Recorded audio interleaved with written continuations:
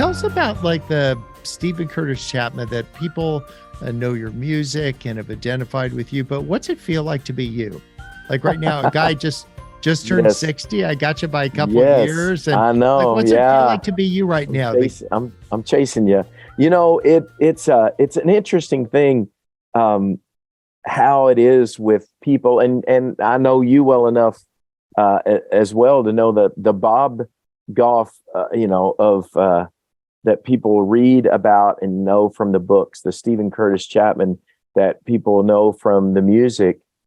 The truth is, if you listen or read, I don't even know that you have to read between the lines. If you just read really what is there, and listen to what is there, I think one of the things that both of us guys have, by God's grace, been blessed with, people connecting with what we do, is there is an honesty and a vulnerability in what we want to do. The challenge is that people hear and read and listen to music and hear it through a filter of, I'll give you an example. My song, I Will Be Here, that I wrote for my wife years ago.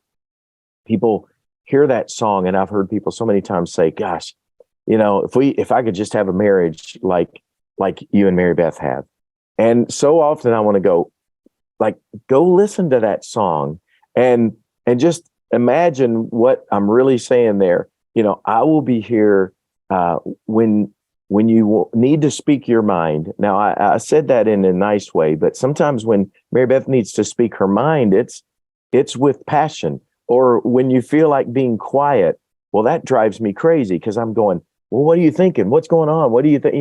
When the laughter turns to crying, through the winning, losing, and trying, I will be here. So the truth is, if you listen through the songs, the real guy, the tears. In fact, there's a lyric in my new record, and I'll answer the question maybe like this. There's a lyric on the title song, Still, which is a song, and this whole album is really me amazed myself at the fact that I still am as compelled and passionate and desiring to encourage people to sing songs about God's faithfulness, God's goodness, even after all the mountains and the valleys and everything in between.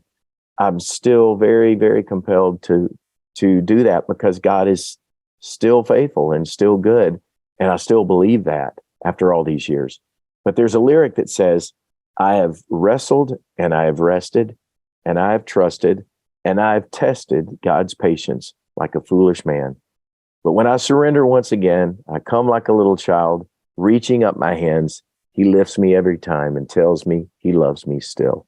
And so that really, I think, says as much as anything about where I am today. At any moment through the day, I will be resting in God's goodness and faithfulness, and then I'll be wrestling with it, and I'll be troubled, and I'll be stirred up. God, is this going to work out? What's going to happen with my kids, with my grandkids, with my new music?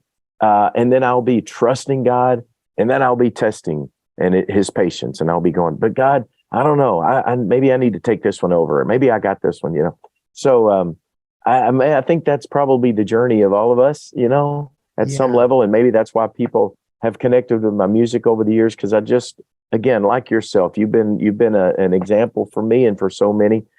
Just if we share honestly, I think the world has never been more desperate for people of faith who will say, you know what, I'm still wrestling my way through this. I don't have it all figured out. I don't have it all together. Clearly, none of the writers of Scripture had it all together. Famously, they didn't have it all together. And there's so much hope in that, I think, for us, isn't there? That God, even with the messes that we are in works in progress, God still is faithful and he's still good in all of that. So it's usually not the smartest person that people are looking for. They want to find the safest person. And I imagine every generation has had its challenges. But I recognize you as a really safe voice and a trustworthy voice, not because you got it all figured out, but because you admit that you don't. Yet you can say, I'm not throwing the entire sock drawer on the floor, there's a couple things, even in the difficult life circumstances, that I'm holding to be true. And the rest, man, I just don't know. I love, Mark 9, like, I believe, just help my disbelief, because I'm holding both of those at the same time. I'm holding some things I really believe to be true. And there's some stuff that I am just scratching my head about that.